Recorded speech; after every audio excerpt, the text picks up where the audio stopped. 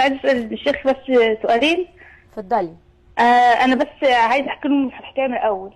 بس اوامر النبي اي حاضر. عشان الوقت. اتفضلي. حاضر. انا بس عشان يقول لي الفتوى صح.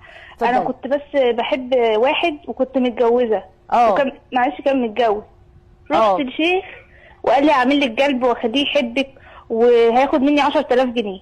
وفعلا اديته ال 10000 وطلق مراته واتجوزني. لا حول ولا قوة الا بالله. طلق مراته؟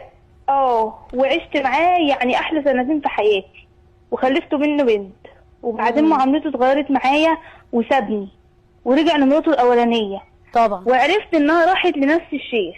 مراته الاولانيه استني مراته الاولانيه راحت لنفس الشيخ اللي انت رحتي له؟ اللي انتم معتقدين اللي هو اللي عمل الليله دي. كملي يا حبيبتي اتفضلي. ولما رحت للشيخ قال لي ده شغلي واكل عيشي بس انا عادي ممكن ارجعه لك بس تاخد منك 30000. لا حول. هو ياخد منك كام؟ 30000. ما شاء الله. طب ما تدفعي له ال 30000. ما انا مش معايا الفلوس فقلت اخد قرض. بس ايه؟ في ناس اخد قرض. لا اله الا الله. في ناس بتقول ان القرض حرام بس لو حاجه ضروريه مش حرام.